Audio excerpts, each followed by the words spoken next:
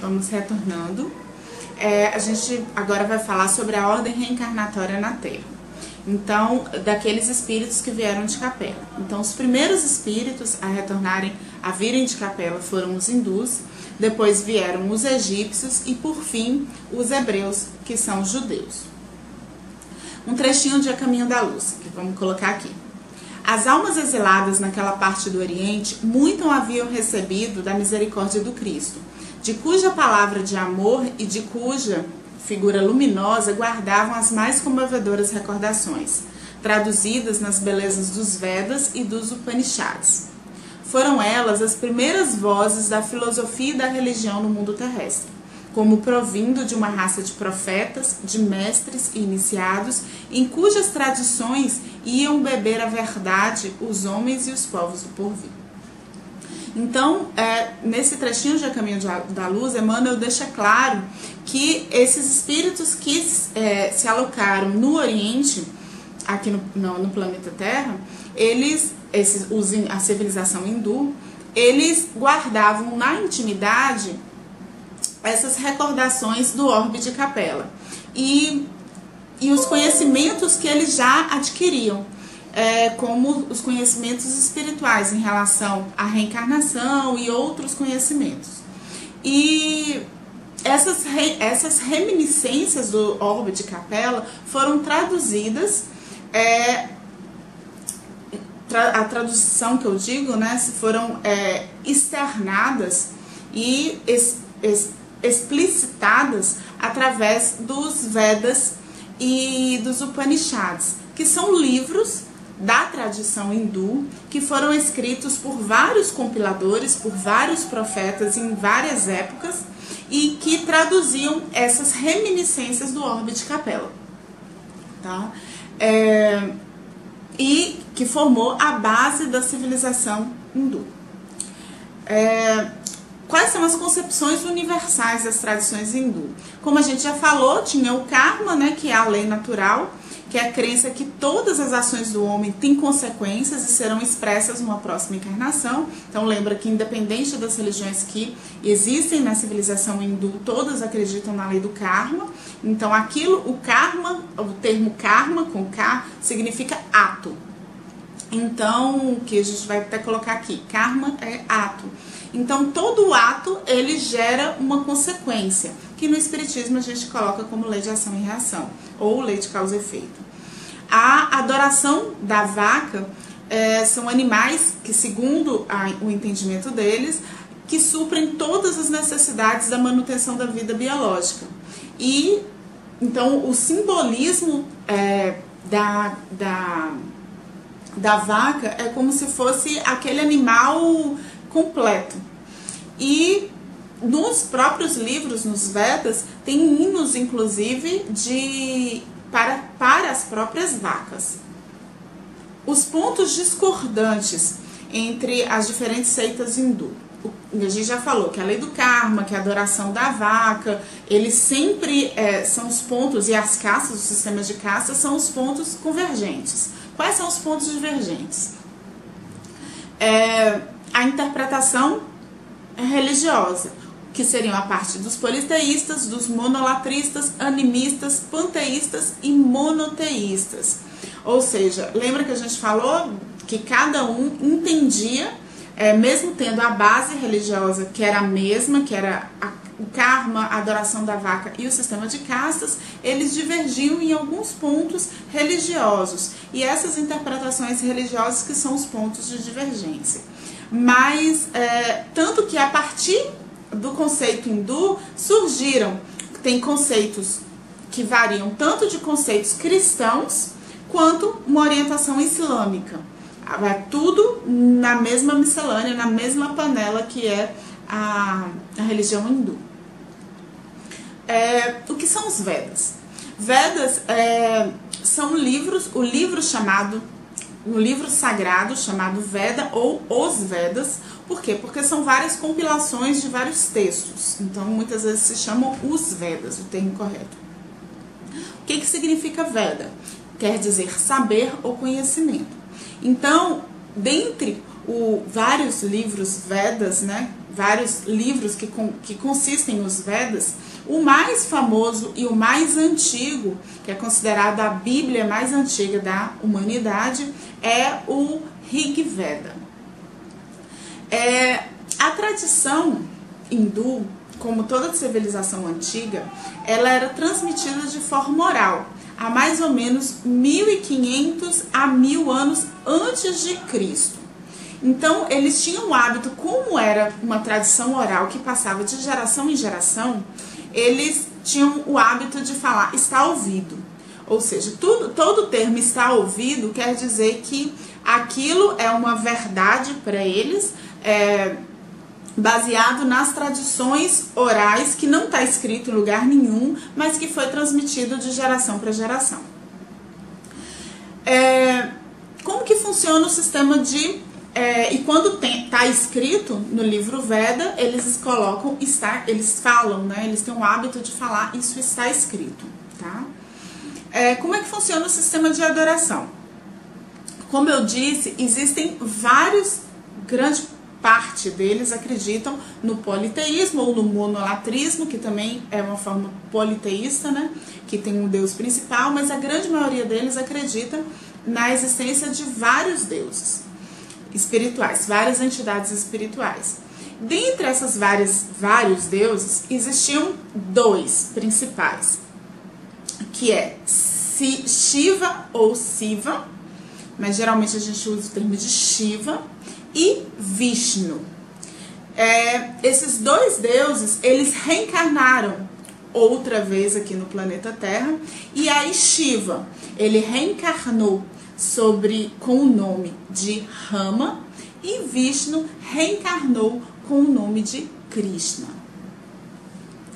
Então, no hinduísmo, esses são os principais deuses, e tem outros deuses menores, outras divindades menores, e inclusive situações da natureza que são animadas por espíritos, que é o caso da ideia panteísta, de algumas seitas hinduístas que acreditam nisso. Então, que é a ideia panteísta, que são os animais, as árvores, os rios sagrados. Então, por exemplo, o rio Ganges é o rio sagrado deles, onde é feito o batismo e vários outros rituais que eles fazem no rio Ganges. Então, é como se esse rio fosse habitado por espíritos, né? Como eu falei, foi de 1500 a 1000 anos antes de Cristo que começou-se a compilação dos Vedas, né? Quando chegou aproximadamente de 1000 a 500 anos antes de Cristo ainda, ou seja, 500 anos depois dos Vedas, ocorreu uma reforma religiosa. E a partir dessa reforma religiosa surgiu o brahmanismo. Eu vou fazer uma analogia para facilitar o entendimento, já que é uma religião, como eu falei anteriormente, muito distante da nossa realidade. Mais ou menos do jeito que surgiu o catolicismo e teve a reforma protestante no seio do catolicismo. Lembra que veio Lutero, que era da Igreja Católica, e ele quis divulgar a Bíblia, e aí veio a reforma protestante, que culminou desencadeando uma outra religião, que é a religião protestante, né? Mas que partiu da Igreja Católica, né? Ela foi um braço da Igreja Católica. A mesma coisa aconteceu com o hinduísmo. Então, houve uma reforma religiosa a partir de 1000 a 500 anos antes de Cristo, e surgiu a partir daí o brahmanismo, que é uma religião ortodoxa praticada pelos iniciados das práticas védicas. Lembrando que esses livros são livros que têm uma parte moral e uma parte ritualística. Então, aqueles estudiosos desses livros são chamados os iniciados. Então, esse brahmanismo surgiu a partir desses iniciados nessas práticas védicas. E esses iniciados se chamam os brahmanes. Lembra lá? Topo da pirâmide? Então, vamos lá. Os brahmanes, que são considerados sacerdotes mágicos. A gente vai ilustrar aqui para facilitar o entendimento de vocês. E eles são sacerdotes mágicos que estudam os livros sagrados. Aí, tanto brahmanas quanto os Upanishads, que são os livros sagrados, tá? E esses livros sagrados são, na verdade, compilações, são livros mesmo escritos por profetas antigos, que constam as revelações de Brahma, que é o Deus Supremo. Então, é como se fosse, vamos dizer assim, o Alcorão do islamismo, tá? Tipo o Novo Testamento da Bíblia, tá? São Brahmanas e os Upanishads, que são os livros do hinduísmo, que tem as revelações de Brahma, que é o Deus Supremo. Lembrando que ele sempre tem a crença de vários deuses e o Deus superior, numa parte, que é, no caso, que é uma seita, que a gente está falando do brahmanismo agora, tá? Porque são várias seitas. A gente vai falar só das principais. Upanishads significa, nos Upanishads, que é a compilação de livros, está escrito a síntese da moral universal. Então, são livros hinduístas mais lidos pelos indianos, são os Upanishads, escritos sob forma de diálogos entre um mestre e um discípulo. Então, Brahma, que é o Deus Supremo, ele é a força espiritual essencial no qual se baseia todo o universo. Então, ele fala sobre essa força espiritual, que todo o universo funciona baseado nessa força. E segundo ele, segundo os Upanishads, todos os seres vivos nascem do Brahma, retornam ao Brahma e ao morrer voltam ao Brahma.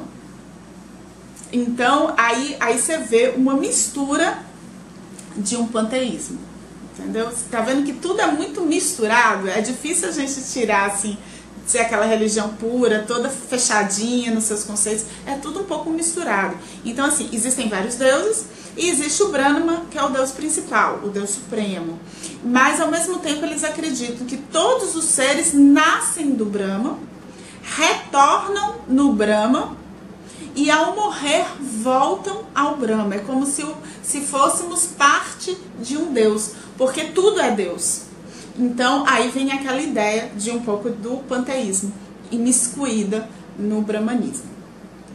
E também tem a lei do karma, ou seja, o homem pode renascer numa casta mais baixa ou no corpo de um animal. Lembra da questão da metapsicose que eu falei? A ideia primordial veio lá de trás, né? Lá da época de Capela, quando eles reencarnaram aqui no planeta Terra. Mas no brahmanismo eles acreditam que eles podem renascer numa casta mais baixa ou até no corpo de um animal, sendo que outras seitas não necessariamente. Outras seitas hinduístas acreditam que você não pode reencarnar em outra casta. Uma vez nascido naquela casta, você sempre será dessa casta. Isso mostrando o orgulho bem cristalizado em relação às origens, né? Mas o brahmanismo não, ele acredita que você pode renascer em castas diferentes.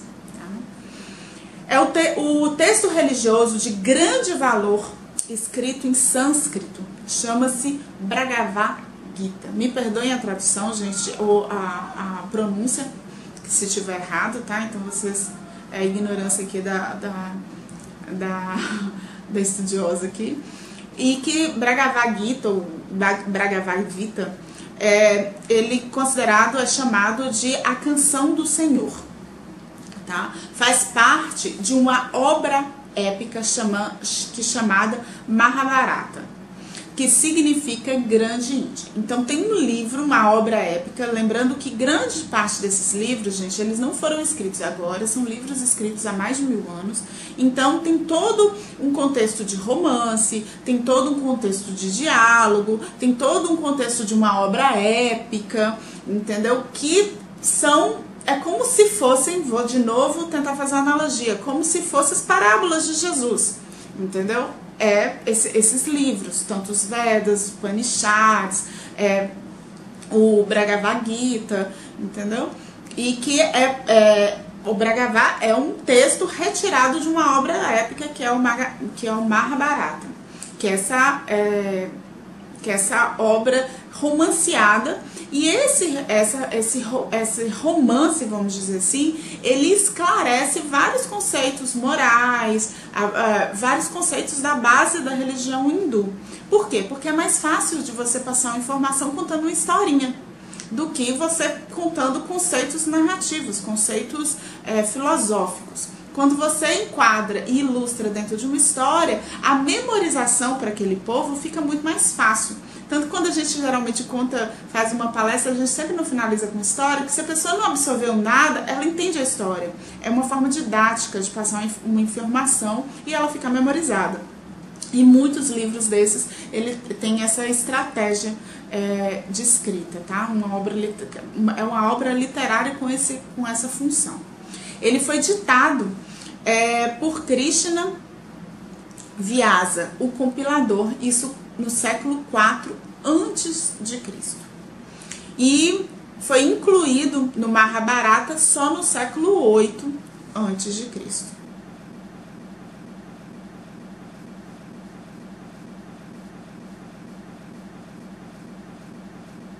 O Bhagavad Gita, que eu falei que é um texto, né, sagrado, que é considerado uma das principais escrituras sagradas da Índia, ele é um diálogo no campo de batalha. Lembra que eu falei que geralmente são historinhas e tudo para facilitar o entendimento. Então, foi um diálogo no campo de batalha entre Krishna. Lembra que Krishna é a reencarnação daquele principal deus que é o Vishnu, tá? Então, Krishna é diálogo entre Krishna e Arjuna. Krishna é a reencarnação de Vishnu e Arjuna é um discípulo guerreiro. Então, Krishna ele vai falar sobre a filosofia indiana contida nos Vedas e no Brahmanismo. E Arjuna é como se fosse aquela alma confusa sobre o seu dever, o seu papel na sociedade. E aí o Krishna ele orienta Arjuna sobre o papel, como se fosse o papel dele reencarnatório, tá? Então, é nesse contexto que é o Bhagavad Gita. É uma religião. E a partir do texto Bhagavad Gita surgiu outro braço religioso, que foi a religião Vaishnava ou movimento Hare Krishna, que é um termo mais popular que a gente já ouviu falar aqui no Brasil, o termo mais comum aqui no Brasil, Hare Krishna. Essa religião partiu deste texto Bhagavad Gita, tá? O que é essa religião Hare Krishna?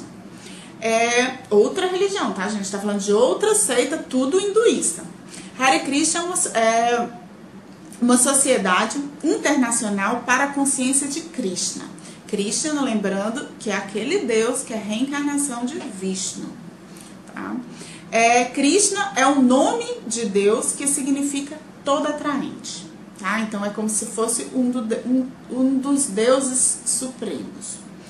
E é uma cultura monoteísta hindu. Então assim, agora a gente volta lá. No Brahmanismo já acreditava em vários deuses e dentre esses vários deuses tinha o principal.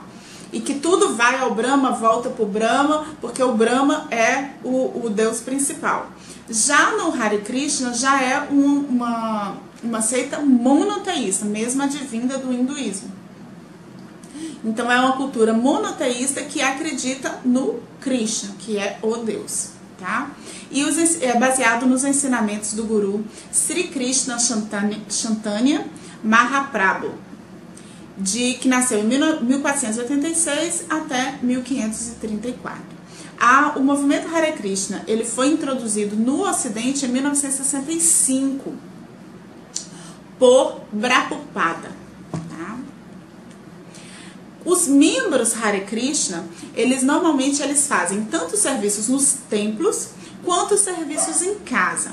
Os serviços em casa, geralmente a atividade que eles fazem em casa são a Bhakti Yoga ou devoção a Krishna.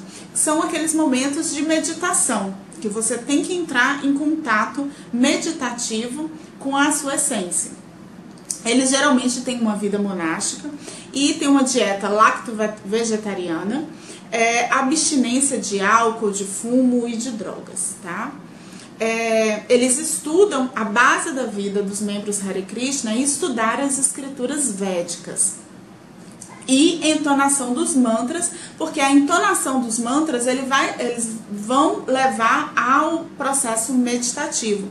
Porque, segundo eles, os mantras são sons transcendentais, repetitivos que geram um estado de meditação. Para alcançar, através desses estados de meditação, você alcançar o êxtase, que é como se fosse a libertação da alma do corpo, ou seja, do espírito do corpo, tá? Então, eles usam, então a vida deles é uma vida assim meditativa, de realizar Bhakti Yoga, de uma vida voltada ao templo.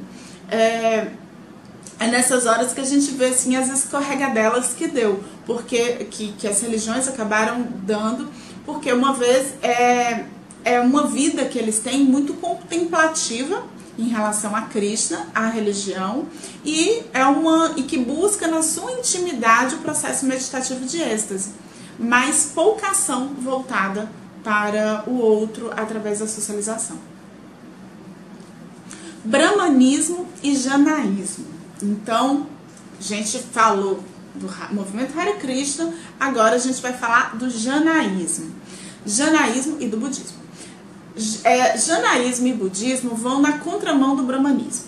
Se o movimento Hare Krishna foi um braço do brahmanismo, o janaísmo e o budismo é o contrário do brahmanismo.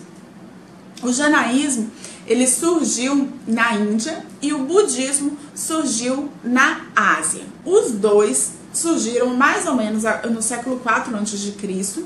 e eles repudiam todo o ritual indicado pelo brahmanismo. São indiferentes às tradições védicas e às suas divindades e são contrárias às castas. Então, lembra que todos os do hinduísmo, eles tinham aquela base religiosa de casta, de karma e da adoração da vaca. A partir do janaísmo e do budismo, aí não. Aí já não tem essas crenças, tá? E os fundadores foram homens comuns, que não aceitam ser considerados reencarnação de nenhuma divindade, tá? Falando agora do janaísmo, tá? O fundador do janaísmo foi Mahavira Jina, e que foi descendente da família de Kshatriyas, que são guerreiros e príncipes. Ele teve uma vida asceta, ele não usava sequer roupas. E ele difundiu a doutrina justamente no meio da nobreza. Eles acreditam na transmigração da alma e objetivam não fazer mal a qualquer ser vivo. Independente da religião, voltando aqui em todas as religiões hindu, o religioso hindu, ele vai ter um altar doméstico. E ele cultua seus deuses nesse altar doméstico. E geralmente eles seguem o Bhagavad Gita, que tem escrito os deveres que ele tem com a família, com a casta e com a comunidade. O budismo agora. O que é o budismo? O budismo, o fundador do budismo é Siddhartha Gautama, chamado Buda. Ele nasceu em 1560 antes de Cristo e faleceu em 480 antes de Cristo, chamado Buda, o Iluminado. Ele era um filho de um rajá indiano, viveu no palácio até a sua fase adulta, casou-se aos 16 anos com uma prima e vivia uma vida plena. Plena não é bem a termo, né? Mas vivia uma vida satisfatória. E depois, segundo conta as histórias sobre Buda, depois que ele faz uma viagem pela Índia e ele entra em contato com os doentes, entra em contato com os velhos, os idosos, ele entra em contato com o sofrimento, entra em contato com a pobreza, com a morte, e ele se transforma em outra pessoa porque ele tem um choque de realidade. E a partir daí ele retorna para sua casa, abandona toda a sua vida social de uma pessoa de uma casta alta, né, de filho de rajá indiano, então era uma das mais altas castas, morava dentro do palácio. Então ele abandona a sua família, ele chegou a ter um filho com a sua prima, né, sua esposa, e parece que é em torno dos 29 anos, ele casou aos 16, parece que é em torno, diz as histórias, as biografias de Buda, tá, gente? que em torno dos 29 anos, quando ele tem esse choque de realidade, ele resolve abandonar toda a sua vida e, enrolado só no lençol, que é aquela veste tradicional dos budistas, ele sai dos limites do palácio e passa a viver com os povos, com a população. E aí logo ele se encontra com um grupo de ascetas, né, de religiosos hindus, e passa a conviver com eles, porém logo surgem diferenças de ideias, de rituais, de posicionamentos, e ele acaba se isolando e ficando sozinho, e passa, segundo conta as histórias, em torno de 6 anos isolado. E nesse isolamento espiritual, através da autorreflexão, dos pensamentos, ele com ele mesmo, que ele alcança, através da meditação e tudo, o processo iluminativo de entender o porquê da vida, o porquê do sofrimento, o porquê da morte. E ele tem esse processo iluminativo. A partir daí, ele volta e começa a confraternizar e começa a conviver com a sociedade. Tá? Essa é uma breve história, tá, gente? Como toda biografia, pode ser, pode não ser, principalmente quando a gente se trata de histórias muito antigas, tá? Ele teve uma inspiração através desse trato com as pessoas sofredoras e passou a viver sempre em contato com a natureza. Ele sempre combateu as superstições e os sacrifícios, que era algo muito comum nos hinduístas de então. Então ele passou a combater firmemente todas as superstições e todos os sacrifícios. Nada ele falou sobre Deus, porque os discípulos, segundo ele, os discípulos não podiam formar uma ideia justa e uma ideia precisa sobre Deus. Então, ele pregava que a miséria humana, ela tem origem nas ambições egoístas do ser humano. E ele declarou que a alma, ela renascia continuadamente até a depuração completa das suas impurezas, o que é verdade. E até chegar o momento que ela é liberta do cárcere corporal e ela vai para o nirvana. E nesse nirvana ela encontra a completa tranquilidade do espírito. Tanto o hinduísmo quanto o budismo acreditam no processo reencarnatório, acreditam na questão do karma e na salvação. São pontos convergentes de ambos, tá? Segundo eles, o ser humano, ele passa por uma série de renascimentos e todas as ações, elas vão ter consequências, que é a lei do karma. E essa lei do karma, ela é baseada tanto nos pensamentos que você tem, nas palavras que você emite, quanto nos atos que você possui, né? Que você pratica. Então o homem, ele vai colher aquilo que planta. Então não existe destino cego para eles. Nenhuma divina providência que traça o destino correto. Na verdade, a existência, ela é inexoravelmente ligada a outra, baseada nas leis do karma, o que condiz muito com o que o Espiritismo prega. Segundo eles, a partir dessa série de renascimentos que o espírito, o homem, tem, ele encontra uma passagem, que seria a porta. E aí ele encontra a salvação, a perfeição e o nirvana, que é a palavra que significa apagar. Essa parte que é a escorregadinha de Buda, é a escorregadinha do conceito budista, que não existe uma porta, apesar de ser um simbolismo, né? Mas esse nirvana, essa perfeição é toda muito simbólica, tá? Tudo, segundo o budismo, tudo é transitório e pleno de sofrimento, até você alcançar o nirvana. Ou seja, todo o processo, ele é um sofrimento. Enquanto você não alcança o nirvana, é sofrimento. A partir do momento que você alcança, através do processo meditativo, você alcança esse nirvana, que é a meta de todo budista, você alcança uma vida sem sofrimento, porque você alcança a iluminação espiritual. E a partir deste momento que você adentra, através dessa porta, desse nirvana, dessa iluminação espiritual, você já não tem mais nem karma, nem processo de reencarnação, tá? Não há necessidade dos dois. Como que ocorreu a morte de Buda? Segundo as histórias, as tradições budistas, Buda, ele morreu com 80 anos. Tudo indica que ele já tinha uma doença crônica, porque nos relatos, dos escritos dos relatos deles, deixam bem claro que... Nos relatos dos escritos deixam bem claro algumas situações que ele passava mal e tudo, e que tudo indicava que em outros momentos ele já estava doente, e que ele foi fazer uma visita a uma determinada pessoa, e essa pessoa providenciou uma refeição de uma iguaria diferenciada, que não se sabe bem ao certo o que continha.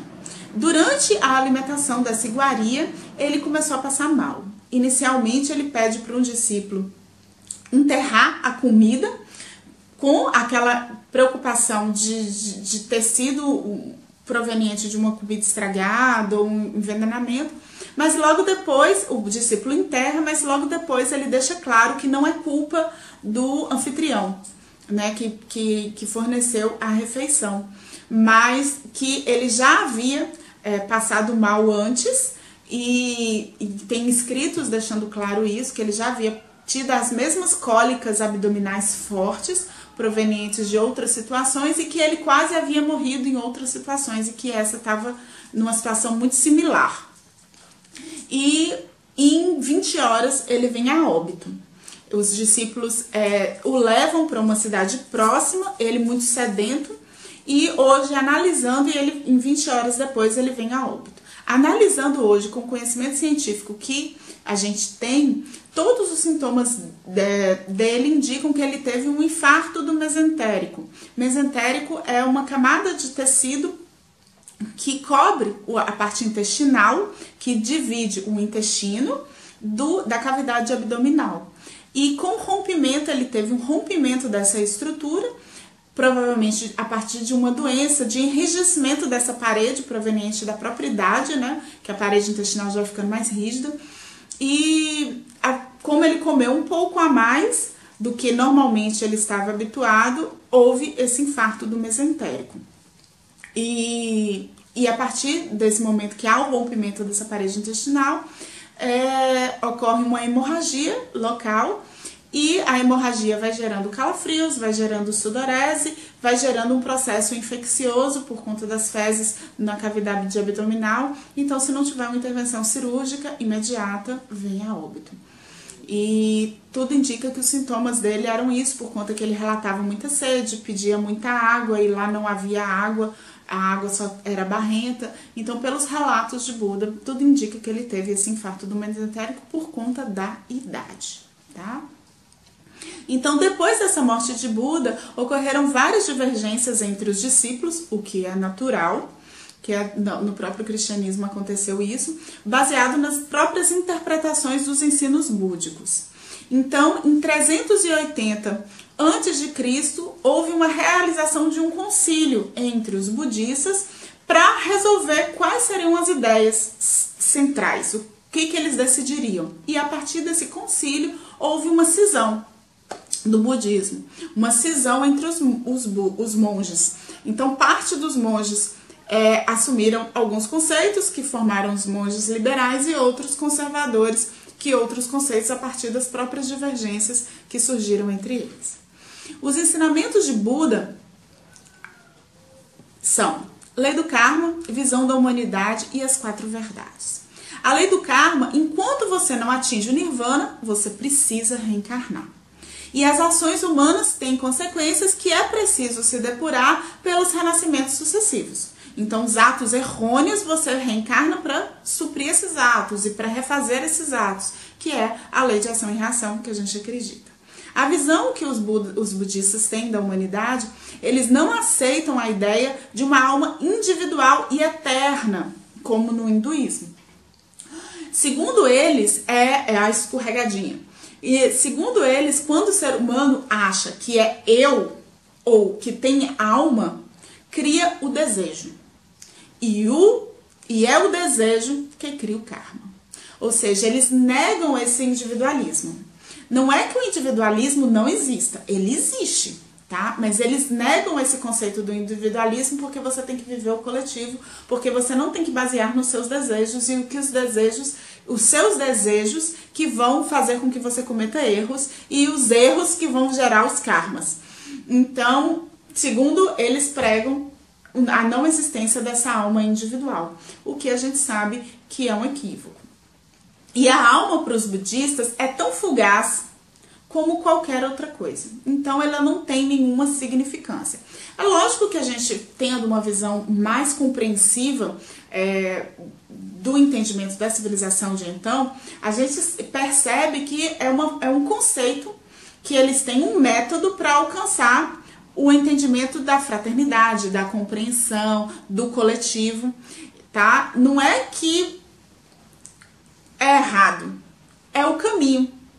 Do mesmo jeito, a gente tem um caminho que a gente acredita que existe o coletivo, que existe o individualismo. Por exemplo, no espiritismo a gente sabe que a alma é individual, que os erros são individuais, que a gente tem os desejos, que a gente tem o egoísmo, o orgulho, todas as nossas imperfeições, e que a gente tem que evoluir e lutar para a gente desenvolver virtudes que gradualmente a gente vai dissipando essas imperfeições. Mas a gente, em momento algum, a gente nega a existência da individualidade. No budismo, eles já negam essa existência para que não haja o desejo, para pensarem só no coletivo desde sempre. Eu, na opinião de Charlene, entendo que são dois caminhos que chegam no mesmo ponto, que intentam chegar no mesmo ponto, que é a fraternidade universal. Enxergar o outro, amar o outro como a vós mesmos, né? Então, de forma mais racional, entendendo as imperfeições e falando, não, somos seres individuais, mas vamos alcançar a perfeição. E o outro falando, não, é melhor a gente acreditar que não somos individuais, que a gente vai acreditar no coletivo desde sempre para a gente chegar no coletivo também. Entendeu? Então, eu enxergo dessa forma, assim, são caminhos diferentes para o mesmo ponto, para o mesmo final. E os budistas acreditavam também nas 4 verdades, nas 4 nobres verdades, que faz parte do sermão do Benares, proferidos por Buda. Segundo ele, tudo é sofrimento, até alcançar o nirvana. A causa do sofrimento é o desejo, por isso a negação da individualidade, para que não haja desejo, pensar sempre no coletivo. Só assim se segue o caminho das 8 vias, que é através da perfeita compreensão, da perfeita aspiração, da perfeita fala, da perfeita conduta, do perfeito meio de subsistência, do perfeito esforço, da perfeita atenção e da perfeita contemplação.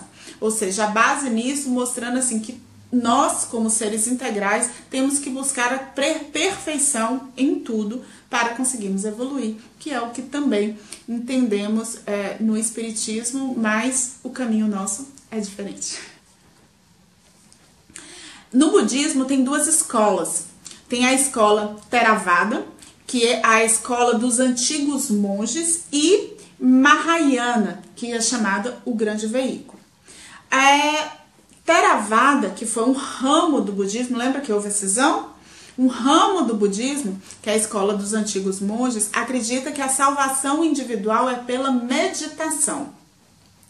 E surgiu principalmente no sul da Ásia, principalmente na Birmânia, Tailândia, Sri Lanka, Laos e Camboja.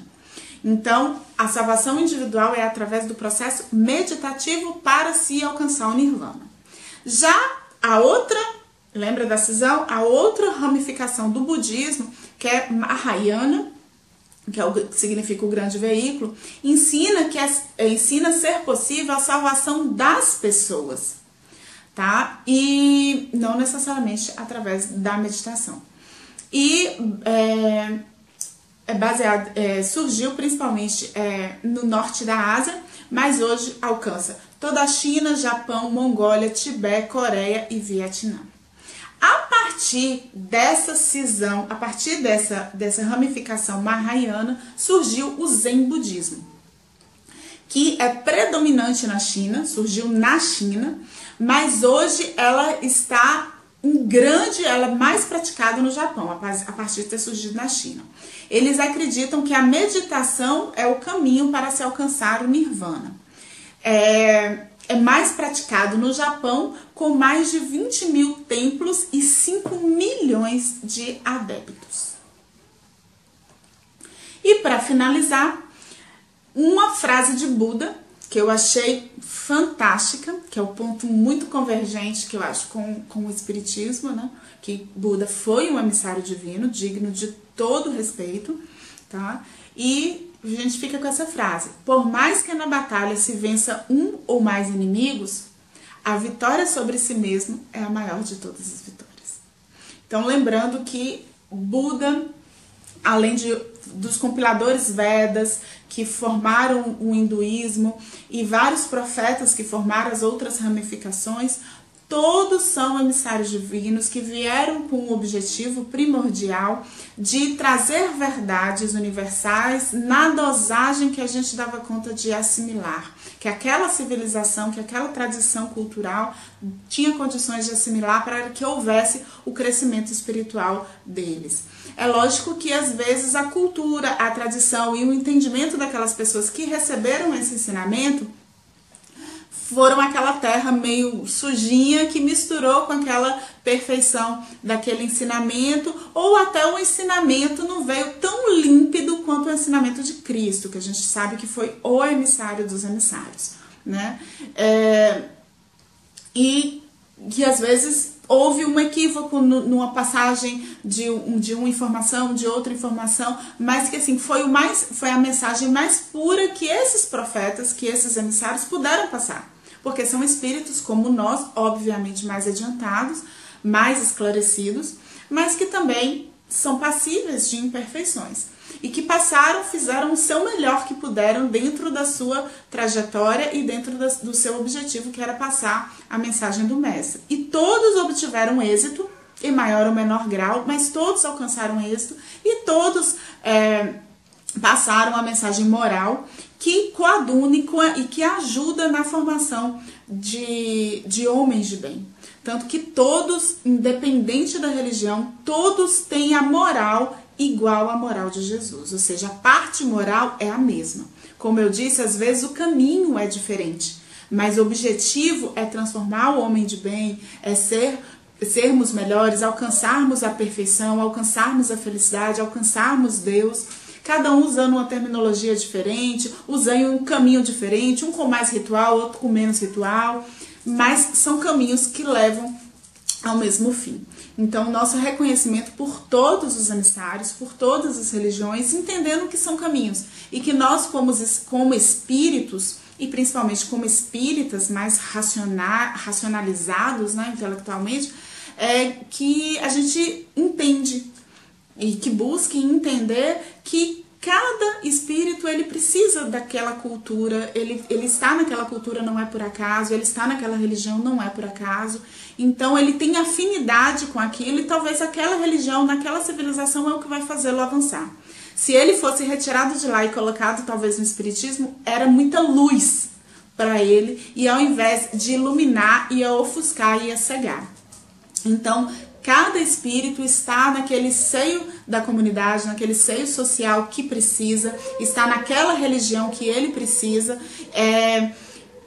e está com as pessoas que ele precisa. Então não existe castas e não existe religião melhor que a outra, tá? O budismo é a melhor religião para aquele budista, tá? Se ele fosse espírita, talvez ele não evoluiria. Tá? Porque ele precisa daquele formato para ele alcançar alguma virtude. E nós, muitas vezes, precisamos ser espíritas porque somos racionais demais e a gente precisa racionalizar a nossa fé para a gente alcançar a mesma meta do budista, que às vezes não precisa dessa racionalização toda.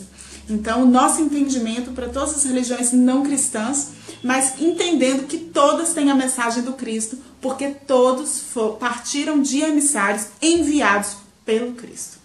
Tá? A gente fica na próxima aula continuando sobre a aula 3 do livro É Arte. Lembrando de Gente, assina o nosso canal pra a gente ter uma visualização legal. Sempre que a gente postar os vídeos fresquinhos, vocês são notificados, então ativa o sininho, tá? Pra que assim que a gente fizer a postagem, vocês já são notificados para assistirem, tá? Mande críticas, faça os comentários que vocês acharem. A gente não tem pretensão de estarmos todos certos, talvez eu possa me equivocar em alguma colocação, pode colocar lá, a gente faz a retificação sem problema nenhum, tá? A gente vai colocar alguns links de historiazinhas de Buda, alguma coisa que enriqueça. E quem tiver material para fomentar e para auxiliar, a gente pode entrar em contato através dos comentários, através de notificação da gente no canal. Mas assim, participe e interaja, que a gente fica muito grato, tá? E que possamos pelo menos contribuir, que talvez eu dei as minhas escorregadinhas aqui, então releve que é a imperfeição da Terra aqui, tá? Mas a mensagem, a literatura tá toda na íntegra no livro que Marli vai colocar aqui do EAD, tá bom? Então um beijo pra todo mundo e a gente se vê na próxima aula. Tchau!